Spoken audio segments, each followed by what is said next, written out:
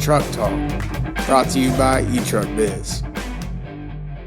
Hi everyone, Ben Wheel welcoming you and reminding you that this episode of Truck Talk is not endorsed, sponsored, approved, or otherwise affiliated with Fedex Ground or any company other than eTruckBiz. Today's episode is the second in a two-part conversation with Fedex Ground contractor Todd Richardson. In the first episode, we talked about purchasing a FedEx business, recruiting drivers, retaining them, maintaining a fleet, and more. Today, Todd answers questions about adapting to changes, paying drivers by the hour, setting goals for drivers, scheduling drivers, and the future of contracting with FedEx.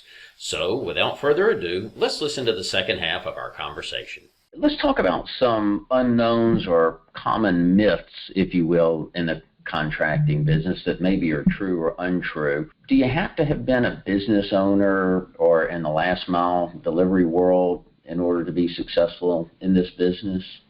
No, I mean, I consider myself on the way to success, and I didn't have any experience with it. So, yeah, I would say that's a no. I think like any business, you have to have a business sense, or at least, you have to have a direction in mind and a plan on getting there. I don't think you have to have experience with FedEx or fleets or managing drivers. I think it's just a matter of definitely being able to adapt to change, because, look at all the change we've gone through in just the past 2 years with COVID, with bringing on Smart Post.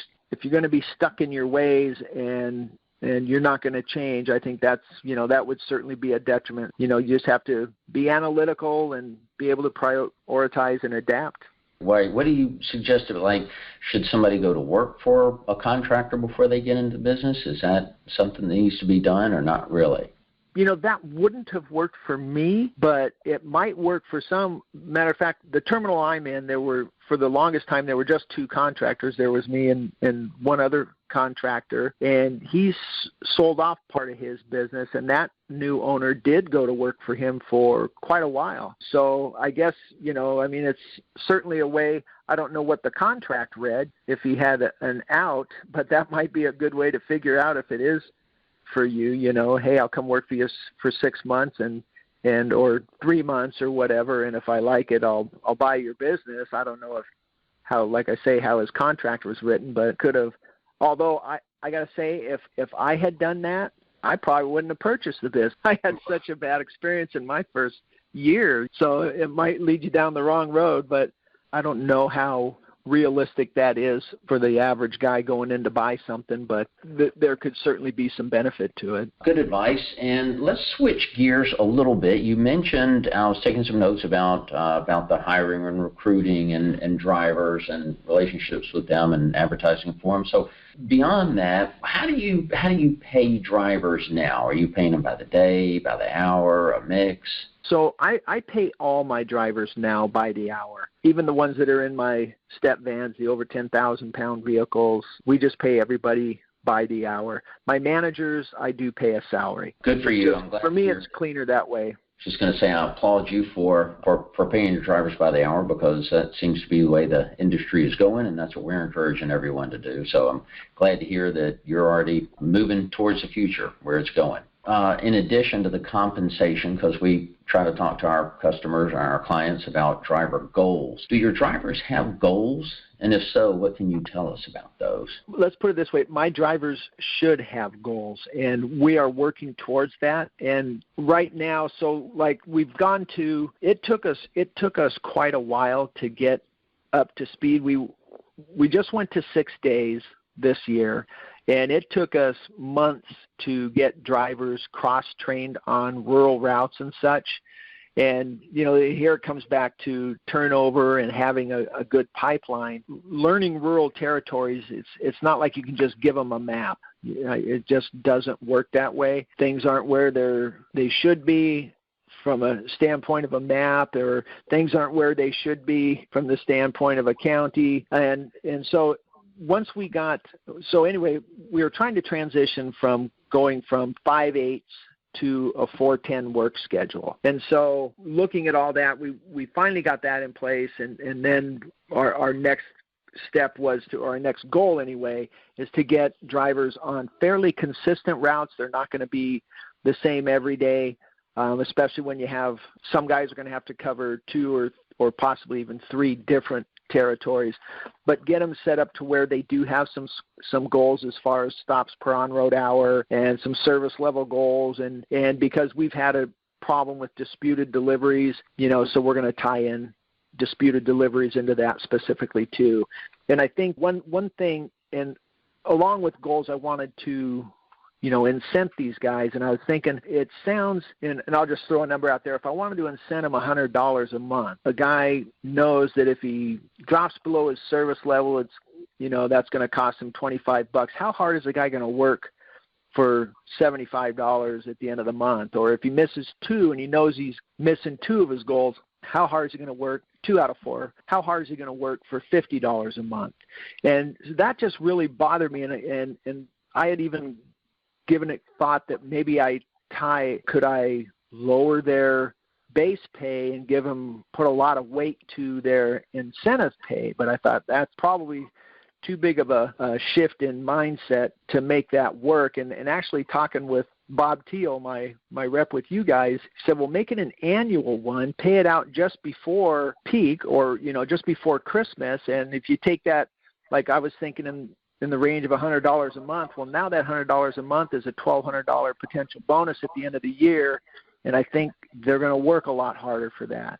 I just didn't think some guys will work their rumps off for $100, but a lot of other people, they won't. But I thought that bonus, and I bonus my guys at the end of the year anyway, and it's always been kind of, well, what am I tying this to? How do I quantify this bonus for people? And so there was always an issue with that. And so getting the goals set up and in place and then incenting them that way, I think that's going to be a good thing. Right. Well, look, again, I appreciate your honesty, and every company is still working towards making their business more successful, and no one's perfect, but at least you're moving in the right direction with that, and you're spending a lot of time thinking about it, which is great. What about the BCs? You mentioned a little bit about, just in case there's a AO that's thinking about having goals for their managers or business contacts in the FedEx ground world. That's the title they're given. How do you set goals for your managers? I have one operations manager, and then I have 2, and I call them P&D managers that report to him, and they manage the drivers. And so each one of those has about 10 drivers. We just created the second P&D manager position about a month ago. So my one P&D manager, I couldn't really, he was managing 20 drivers. That's not managing. The only thing I had for him was I just wanted them concentrating on service levels. And he even told me, he goes, Todd, I'm not really affecting that. With 2 now, I'm going to get a little more granular with it. I definitely am going to tie it to training rides and having, X amount of training rides with each driver. And I pay him quarterly. So it'll be a quarterly thing. I'll probably leave in a little bit of I'll tie less to the service level. I think it'll actually be the lowest weighted item in there, because I think, and from my experience, and like my first P&D manager told me, he goes, I'm not really doing anything to affect that. It's just kind of happening, and it's always just kind of happened for the 6 years I've been doing this, and we've been there. So if it looks like that's falling more and needs more weight, then I'll probably do that, but I'll probably take a little less weight off it and put it towards, like, FedEx is the only negative comment I got, if you can call it that, in my last business review with the senior manager was, he said, hey, you guys are doing great. If we had to say anything, work on your disputed deliveries. We'll put a lot of weight there. Then I'll probably tie a lot, because I've got drivers that they're not good about clocking in, and we're always chasing them down, and they're not good about doing their pre and post trip inspections. So I'll probably have something in there. Well, I guess that's going to go back to the drivers ones, but from the standpoint of the P&D managers, having them follow up on drivers, their safety training for one thing, which has been going pretty well. So the P&D managers, I'll probably tie an incentive that more goes towards monitoring keeping the drivers on pace, having it base somewhere around driver performance on their stuff too. Thank you for sharing that. I think that sounds like all good ideas. So you talk about the operations, days of the week. I mean, so you mentioned that you've gone from 5 days to 6 days. Any advice you would have for any of the contractors who there may still be a handful out there who are still just on 5 day a week? What did you learn by going to 6 days? Anything you would have done differently that you would have benefited by knowing in advance? Probably the most difficult thing we had was simply the scheduling. And, it definitely throws a wrench in the spokes as far as scheduling, because, again, then you have to start and it's a good business practice anyway, to cross-train more people on different routes or different territories and stuff. So, that was our biggest thing, and definitely having a plan in place for that. And I guess, too, for us, we just got notified that they're going to, at the end of August, add 2 more zip codes to our Saturday service. Right now, we service Minot and then a couple, 1, 2, 3 of our larger rural towns. And we just got notified that they're going to add 2 more zip codes. So that's for me, it's certainly a concern, because I don't want to, when we look at DRO right now and we see what is pending on Saturdays for delivery in those zip codes, I told the senior manager, I said, that's not enough for me to send a truck down. He said, well, he goes, what you're not seeing is stuff that I haven't loaded into the system from a westbound van. And he said that will fill that in. And, so from that standpoint, I've got my fingers crossed that that's true. But from that standpoint, you want to be ready to, and my senior manager, he alluded to it too. He said, if it looks like it's not working for you, he goes, and this is the first time he's ever said it, he goes, I'll support a renegotiation if you can give us a business reason. But you have to, the FedEx terminology, you have to have a business reason. It can't just be, hey, because. I think going into it, for me, and what I'll be planning and planning is looking at what our current performance is on a Saturday for the existing areas, and from a financial standpoint, and seeing how that, if those other 2 zip codes can either keep up with that, or they're lagging behind, or it's putting additional stress on our Saturday operations, then having your information at hand that you can support, going in and renegotiating. So I'd say know